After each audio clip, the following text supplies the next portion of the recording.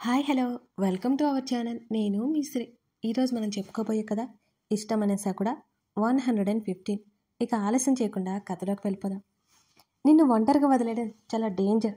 ఆమె తల మీద గడ్డమనించాడు గగన్. ఏం? ధరణి ఓరగా కళ్ళు తిప్పి చూసింది ఉక్రోషంగా. దీని మీద నాకు అస్సలు నమ్మకం లేదు చెప్తూనే ఆమె కణత దగ్గర పెదవులు తాకించాడు. నేనేం ఓవర్ థింక్ చేయను అంటూనే అతని ముద్దుకి కళ్ళు మూసుకుంది. తెలుసు తెలుసు ఆమె తలకి చంపానించి బయటకు చూశాడు. నీకేం తెలియదు. అవునవును, రేపటి నుంచి నేను కూడా నీతో పాటు వస్తాను అన్నది ధరణి వెంటనే. నీ ఇష్టం, ఎవడు కాదన్నాడు? నువ్వే అంటావేమోనని. సరే రా, ఇదిగో. అలా అని హెవీ వర్క్ ఇవ్వకూడదు నాకు అన్నది ధరణి. గుడ్ ఐడియా అనగానే ఉలిక్కిపాటుగా అతని వైపు చూసింది ధరణి. ఏడు మొహం పెట్టి. అందుకే నేను నీతో రాను అన్నది ఉక్రోషంగా అన్నది ధరణి. అయితే రావద్దు అంటూ ఆమెను వదిలి ఒక్కసారిగా ఒళ్ళు విరుచుకున్నాడు గగన్. మొదటికే మోసం వచ్చేలా ఉందని ధరణి ఆ టాపిక్ లాగలేదు. ఆగలేస్తుంది, పొట్ట పట్టుకొని చెప్పింది ధరణి. చిన్న ఫోన్ కాల్, నువ్వెళ్ళు, నేను వస్తాను అని అన్నాడు గగన్. తిన్న తర్వాత మాట్లాడుకో అని ఆమె అంటుంటే ఆమెతో పాటు కిందకి నడిచాడు. గగన్, నీకోసం వర్ష ఎదురు చూసి చూసి వెళ్ళిపోయింది అనగానే తల్లి వైపు తల ఎత్తి చూశాడు. ఏంటట?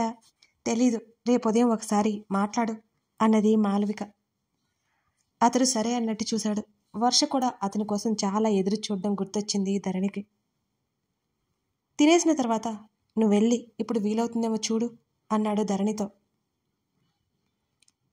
ధరణి వర్ష గది వైపుకి వెళ్ళింది. గగన్ అక్కడే లివింగ్ ఏరియాలో కూర్చుని ఉన్నాడు. తలుపు కొట్టడంతో వర్ష వెళ్ళి తలుపు తెరిచింది. ధరణి వైపు కాస్త అయోమయంగా చూసింది వర్ష. వర్ష, ఏదో మాట్లాడాలి అన్నావు కదా, తను వచ్చాడు. ధరణి చెప్పగానే వర్ష వెంటనే బయటకు వచ్చింది. అంత ముఖ్యమైన విషయం ఏంటో అర్థం కాలేదు ధరణికి. తను వెళ్ళాలా వద్దా? వర్ష తనతో చెప్పడానికి ఇష్టపడలేదంటే ఎవరితో చెప్పడానికి ఇష్టపడట్లేదు అనే కదా అర్థం. ధరణి వాళ్ళ దగ్గరికి వెళ్లకుండా రూమ్లోకి వెళ్ళిపోయింది. ఫ్రెష్ అయ్యి బెడ్ ఎక్కింది. శృతి నుంచి మిస్డ్ కాల్ ఉండటంతో లిఫ్ట్ చేసింది ధరణి. చెప్పవే, బిజీగా ఉన్నావా మీ ఆయనతో? తంతా నిన్ను అంది ధరణి. నీ వల్ల అయ్యే పనులు చెప్పు. అబ్బా, ఎందుకు కాల్ చేసావు నువ్వు, ముందు చెప్పు అంది ధరణి. ఏంటి తొందర? మీ ఆయన గాని తొందర పెడుతున్నారా ఏంటి అని అడిగింది శృతి. ఇదిగో చెప్తున్నా, ఖచ్చితంగా నీకు దెబ్బలు పడతాయి ధరణి కోపంగా అన్నది. శృతి తెగ నవ్వింది. ఏం లేదు, అదే అమ్ము టెన్షన్గా ఉంది కదా, ఏమైందంటే చెప్పలేదు. సీనియర్ కదా, నీకేమైనా తెలుసో ఏమోనని కాల్ చేశా. శృతి మాటలకు ధరణికి కోపం ముంచుకొచ్చింది. దానికి ఎందుకు టెన్షన్గా ఉందో నీ పెళ్ళయ్యాక నువ్వు చెప్దూలే. అధిక ప్రసంగి, ఆపిక. ధరణి విసుక్కుంది. అరే, ఎలా వదిలేస్తా అలా? ఇప్పుడు నువ్వు నోరు మూసుకొని ఫోన్ పెట్టలేదంటే అక్కడికి వచ్చి మరీ కొట్టేస్తా అన్నది ధరణి. వద్దులేవే బాబు, నీకెందుకంత శ్రమ అని. శ్రమ అనుకోకుండా రావచ్చుగా, నాకు బోర్ కొడుతుంది. శృతి మాటలకి పళ్ళు నొరుకుంది ధరణి. నేనే కాల్ కట్ చేస్తున్నా, పోవే. అబ్బా ధరు, ఆగు, నీతో ఇంపార్టెంట్ విషయం మాట్లాడాలి. నీకు కాల్ చేసిన వెంటనే శరణి రావడంతో మాట మార్చేశాలే అన్నది శృతి. ఏంటది? ఉదయ్ అని అప్పుడెప్పుడో మీ పెళ్ళికి వచ్చినప్పుడు కలిశాడు చూడు, అతని గురించి ఏదో టాపిక్ వచ్చింది అక్కడ, అది అర్థం కాలేదు, అందుకే అడుగుతున్నాను అంది శృతి. ఏం వచ్చింది? ధరణి అలర్ట్ అయింది. అర్థం కాలేదు, కమల్ గారు అంకుల్తో మాట్లాడుతుంటే వినిపించింది నాకు. అసలు ఆయనకి ఎలా తెలుసు? శృతి అయోమయంగా అడిగింది. ధరణి నిట్టూర్చి, నువ్వు అతిగా ఆలోచించుకో, అతను కమల్కి అత్తయ్య కొడుకు. ధరణి రిలాక్స్ అయింది. ఓ అంతేనా? నువ్వు ఎక్కువ చించకు శృతి, అనవసరంగా నన్ను టెన్షన్ పెట్టావు నువ్వు అన్నది ధరణి. ఏమో, డౌట్ క్లారిఫై చేసుకున్నా అని నవ్వింది శృతి. శృతికి మరో 4 పెట్టి కాల్ కట్ చేసింది ధరణి. ఆదిత్య ఎక్కడ గగన్? అసలు నా కాల్స్ లిఫ్ట్ చేయట్లేదు అన్నది ఏడుస్తూ వర్ష. కాల్ లిఫ్ట్ చేయట్లేదా అని అడిగాడు. అవును, మాట్లాడి కూడా వారం పైన అయింది. ఎందుకు రెస్పాండ్ అవ్వట్లేదు? తను ఎక్కడున్నాడో నీకు తెలుసా? ఒకసారి నేను తన్ని కలవచ్చా? ఆమె ఆతృతగా అడుగుతుంటే, ఇంపార్టెంటా? నేను కాల్ చేస్తానులే అని అన్నాడు గగన్. కలవాలి, ఫోన్లో మాట్లాడుకునే విషయం కాదు. ఒకసారి ప్లీజ్, ఒక్కసారి కలవాలి అన్నది బేలగా వర్ష. సరే అన్నాడు. 1 నిమిషం ఆగి, ఎప్పుడు మీట్ అవ్వను ఆమె ఆతృతగా అడిగింది. రేపు ఎల్లుండు. ఎలా? ఆదిత్య ఫిజియోతో బిజీ, అంతేకాకుండా కొన్ని ముఖ్యమైన టెస్టులు ఉన్నాయి. 2 డేస్ తర్వాత నేనే తీసుకెళ్తాను అని అన్నాడు గగన్. నిజంగానా? వర్ష ముఖంలో వెంటనే వెలుగు వచ్చింది ఆ మాటలకి. అన్నాడు Gagan. Thank you so much. ఆమె ఆనందం ఆపుకోలేకపోయింది. అక్కడి నుంచి లేచి గదిలోకి వచ్చేశాడు గగన్. అతను గదిలోకి రావడం ఆలస్యం. నేను ఒకటి అడగనా? కాస్త కంగారుగానే అడిగింది ధరణి. వర్ష గురించి అడుగుతుందేమోనని అతను అనుకున్నాడు. ఏంటన్నట్టు ఆమె వైపు చూశాడు. ఉదయ్ ఎక్కడున్నాడు ఇప్పుడు అని అడగగానే అతని ముఖంలో రంగులు మారాయి. అమ్ముని కమల్ అంత త్వరగా పెళ్లి చేసుకోవడానికి ఉదయ్ కారణమా? ఆమె అడుగుతుంటే అతను చేయి చాచడంతో దగ్గరికి వెళ్ళి హత్తుకున్నట్టుగా కూర్చుంది ధరణి. ఎందుకు అనిపించిందలా అని అడిగాడు గగన్. అతని భుజం దగ్గర ఆమె తల ఆనింది. కాళ్ళు 2 పైకి పెట్టేసి అతని మీద వాలినట్టు కూర్చుంది ధరణి. అలాగే తలపాకి ఎత్తి వెనక్కి వాల్చి మరీ అతని ముఖంలోకి చూసి శృతి చెప్పిన మేటర్ అతనికి వివరించింది ధరణి. నాకెందుకో అలా అనిపించింది అంటూ పెదవి విరిచింది. ఆ క్రమంలో ఆమె కళ్ళు చిన్నవై ఆమె పెదవి ముందుకొచ్చి ఆమె ముఖం ముడుచుకుపోయి మొత్తానికి ఆమె ముఖంలో హావభావాలు అతన్ని అలాగే చూడమని ప్రోత్సహిస్తున్నాయి. నిజమే, ఆమె ఆలోచన మామూలుగా లేదని అతనికి కూడా తెలుసు. అంత దూరం ఆలోచించలేదంటే మెచ్చుకోకుండా ఉండలేకపోయాడు. అవునా అన్నట్టు ఆశ్చర్యంగా చిన్నవి చేసిన కళ్ళను వెడల్పు చేసింది. అవునన్నట్టు నెమ్మదిగా భుజాలు పంకించాడు గగన్. ఇప్పుడు అమృత గురించి ఇక భయం ఉండదు సరే, కానీ ఉదయ్ ఎక్కడున్నాడు? అతన్ని ఎందుకు నువ్వు అలా వదిలేశావు? వాళ్ళ పేరెంట్స్కి చెప్తే బుద్ధి చెప్తారు కదా. ఎంతో అమాయకంగా మాట్లాడుతున్నా ఆమె మాటలు వింటూ అనుకుంటున్నావా వాళ్ళు చెప్తే వింటాడని అని అడిగాడు గగన్ ఆమె జుట్టు సవరిస్తూ. పోలీస్ స్టేషన్లో పడేస్తే వింటాడుగా అన్నది కచ్చగా. అమృతని కిడ్నాప్ చేసి తన్ని ఎంత వేధించాడో వెధవ. మొదట్లో ఎంత తీగా మాట్లాడి తర్వాత బయట పెట్టేశాడు అసలు రంగు అనుకుంది ధరణి. అతను చిన్నగా నవ్వి, వాడంత తేలిగ్గా చేంజ్ అయితే అంతకంటే మరో వండర్ ఉండదు. ఇంకోసారి ఆ రాస్కల్ టాపిక్ నా దగ్గర తీయకు అన్నాడు చిరాగ్గా ముఖం పెట్టి గగన్. అతని వల్ల ప్రమాదం ఉంటుంది కదా మనకి. ఆమె కింద పదివి ముందుకు వచ్చేసింది. వాడి కాళ్ళు చేతులు విరిచేశానుగా, ఇంకేంటి? అతని నోటి నుంచి ఆ మాట వచ్చిన మరుక్షణం ఆమె కళ్ళు మరింత వెడల్పయ్యి నోరు అప్రయత్నంగా తెరుచుకుంది. నువ్వు కిడ్నాప్ చేశావా? ఉలిక్కిపాటుగా సరిగ్గా కూర్చొని తలని అతని వైపుకి తిప్పింది ధరణి. ఏం చేయొద్దా? అతను తాపీగా కళ్ళెగరేసి ఆమె చేతికి వెరసిన గోరింటను చూస్తూ వేళ్లను ముద్దు పెట్టుకున్నాడు. చేతిని లాక్కుంటూ, అలాంటి పనులు చేయకూడదు, పోలీసులకు పట్టించే, చెడ్డవాళ్ళు చేస్తారు అలా. ఆమె కంగారుగా చెబుతుంది. నేను మంచోనని చెప్పానా?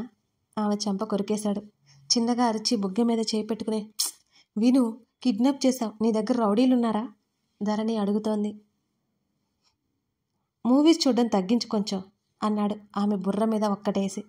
మరి ఇప్పుడు వాళ్ళ ఇంట్లో వాళ్ళు పోలీస్ కంప్లైంట్ ఇస్తే ఎలా? ధరణి టెన్షన్ పడింది. గగన్ మీదకి ఏమొస్తుందా అని. ఎవరికి దొరకడు కానీ నీ నోటికి నీ బ్రెయిన్కి కాస్త రెస్ట్ ఇవ్వు.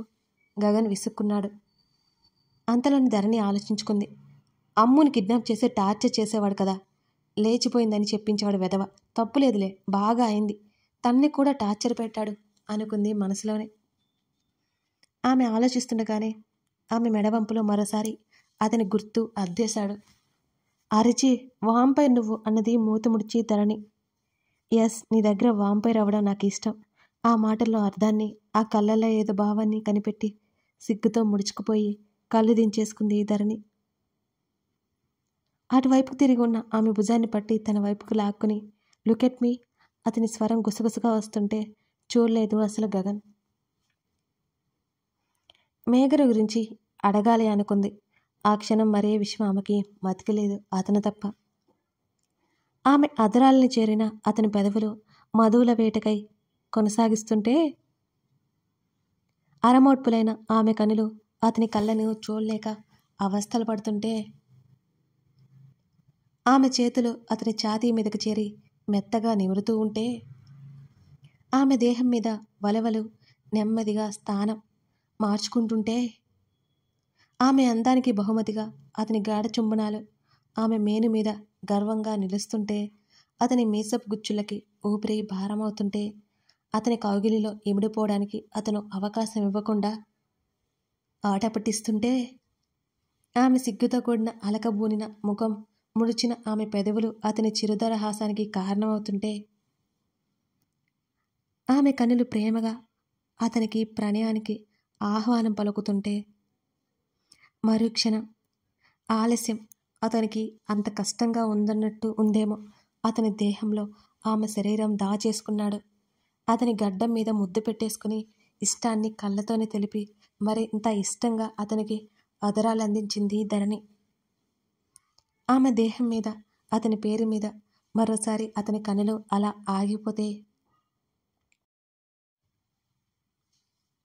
ఆమె మీద ప్రేమోద్రేకం మరొక రెండింతలు పెరుగుతుంటే అతని ప్రేమ దాటికి ఉక్కిరి బిక్కిరైంది ధరణి. తొలి ఉషోదయం వేలయింది. మెలకువ వచ్చింది ధరణికి.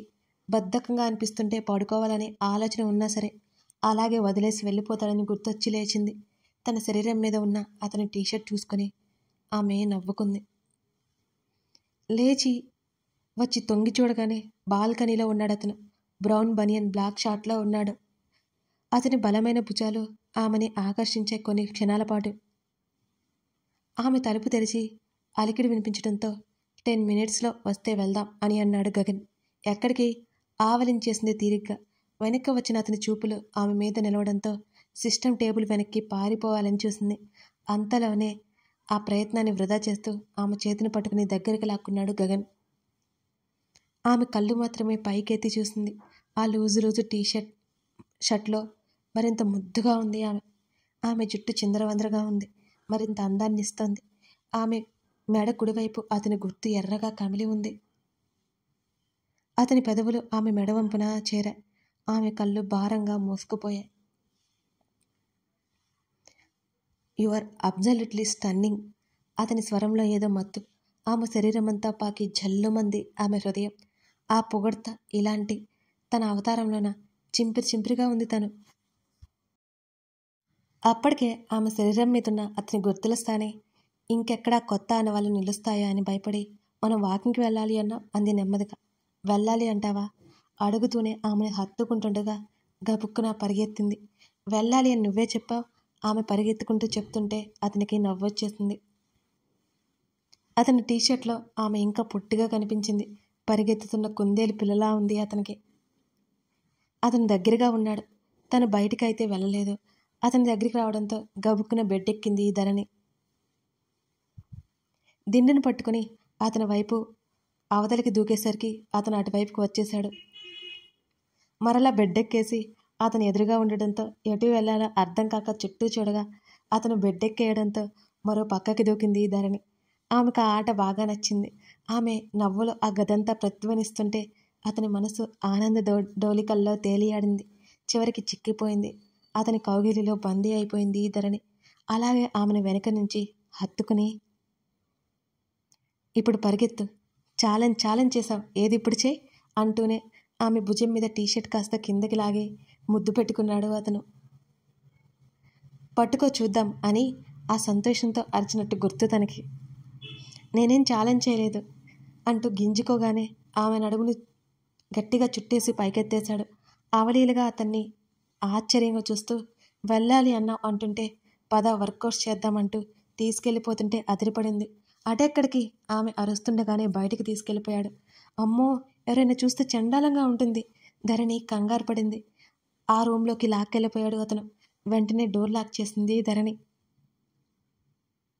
మోకాళ్ళ పైన ఉన్న ఆమె డ్రెస్ కిందకి లాగేసుకుంటూ ఒక మూల నిలబడింది ధరణి. ఏంటి అక్కడే ఉన్నావు అంటూ ముందుకొస్తున్న అతన్ని ఆపేసి, నా వల్ల కాదు, నువ్వే చేసుకో, చూస్తుంటా అన్నది సిగ్గుగా. అతను తన్నే చూస్తుంటే ఆమె చేతిని పట్టి థ్రెడ్మిల్ మీద ఎక్కించేశాడు. ధరణి గుర్రుగా చూసింది. అతని పాటికి అతను కసరత్తులు చేస్తుంటే నడవలేక నీరసం వచ్చి దిగేసింది ధరణి. దిగేసి దాని మీద కూర్చుంది. అతనితో అది ఇది మాట్లాడుతూ సమయం గడిపేసింది ధరణి. ఇలా ఎలా తెస్తావు నన్ను? తిరిగి వెళ్ళేప్పుడు అడిగింది. బయట ఎవరైనా ఉన్నారేమోనని. ఆ జిమ్ రూమ్ నుంచి తొంగి చూస్తుంటే ఆమె మెడ చుట్టూ చేసి గట్టిగా పట్టుకుని బయటికి లాక్కెళ్ళిపోయాడు గగన్. వస్తున్నా కదా, నేను కుక్కపిల్ల అనుకున్నావా? ధరణి ఉక్రోషంగా అంది. దాంతో పోల్చుకోకు, అది మాట వింటుంది అంటూ రూమ్లోకి తీసుకెళ్ళిపోయి అప్రయత్నంగా ఆమె చేతి వైపు చూశాడు గగన్. బ్రాస్లెట్ ఎక్కడా? అతడి కనులు చిన్నవైపోయాయి. స్నానం చేస్తున్నా అని తీసేశా. రాత్రి ఏం అని అడిగింది అయోమయంగా ధరణి. అదెప్పుడు ఉండాలని చెప్పానా? లేదా అతను గట్టిగా అడిగాడు.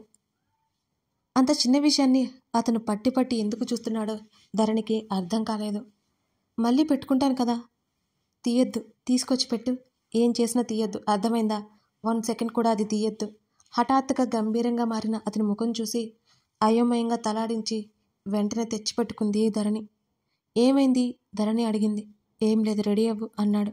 ఆమె కదల్లేదు, అలాగే చూస్తుంది. ఇది విషయం ఉందని అనిపిస్తుంది ఆమెకు. ఇదే నేను వద్దని చెప్పాను. ప్రతిదానికి ఓవర్ థింకింగ్ వద్దు. అతను కళ్ళు చిన్నవి చేసి చెప్పాడు. ఇప్పుడు దాని గురించి వివరించలేడు కూడా. ఆమె పడే టెన్షన్ మామూలుగా ఉండదని అతనికి తెలుసు. నిజంగా ఏం లేదా అని అడిగింది. నిన్ను ఇంకో గంట వాకింగ్కి తీసుకెళ్ళాలి. ఆ మాటకి ధరణి గుర్రుగా చూసింది. అతని ఇష్టంతో ఇస్తే తను తీసేసినందుకు అతనికి కోపం వచ్చిందేమో అనిపించి భుజాలు కదిలించింది ధరణి. పెదవి విరిచి వెళ్ళిపోతున్న ఆమె జడ పట్టుకొని దగ్గరికి లాగి, ఇంకోసారి చెప్పింది వినలేదంటేనా అంటూ అతను చూడగానే ఉక్రోషంగా పెదవి విరిచింది ధరణి. ఏం చేస్తాడో లోపలే అనుకోబోయి పైకి అని నాలుక ఖర్చుకుంది. ఒక క్షణం సీరియస్గా చూసినా అతను అంతలోనే కన్నింగ్గా నవ్వాడు. కథ కొనసాగుతుంది. ఇంతకీ ఆ కన్నింగ్ నవ్వుకి కారణమేంటో ఒక చిన్న విషయం అండి, ఒక చిన్న మనవి అనుకోవాలి. మీకు మా కథలు ఇష్టం అయితే ఛానల్కి మరింత దగ్గరగా ఉండే ప్రత్యేక అవకాశం ఇదే.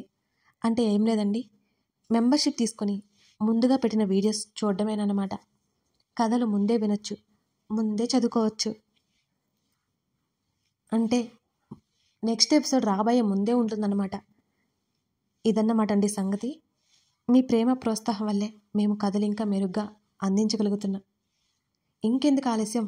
కథలు ముందుగా చదవాలి అంటే ఇప్పుడే జాయిన్ బటన్ మీద క్లిక్ చేసి మీకు నచ్చిన లెవెల్ సెలెక్ట్ చేసుకొని మెంబర్షిప్ తీసుకొని మీ మద్దతు మన కథలకి అందజేయాలని ఆశిస్తున్నాను. మర్చిపోకండి. Thank you for watching this video. మరో ఎపిసోడ్తో మళ్ళీ కలుద్దాం.